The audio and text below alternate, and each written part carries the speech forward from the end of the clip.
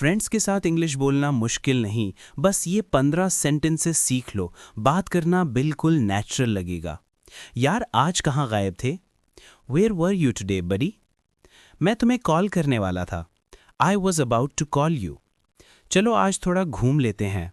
Let's go out for a bit today. मुझे तुमसे एक ज़रूरी बात करनी है। I need to talk to you about something important. आज तुम थोड़े उदास लग रहे हो, सब ठीक है? You look a little sad today, is everything okay? यार मैं बस थोड़ा सा परेशान हूँ। I am just a little stressed. चलो चाय पर बात करते हैं। Let's talk over tea. तुमने मेरा मैसेज देखा था? Did you see my message? Sorry मेरा मोबाइल बंद था।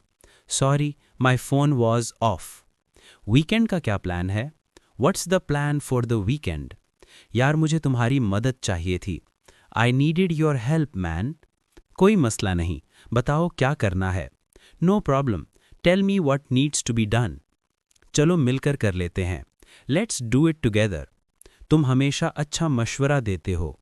You always give good advice. आज का दिन तुम्हारी वजह से अच्छा हो गया। You made my day better today.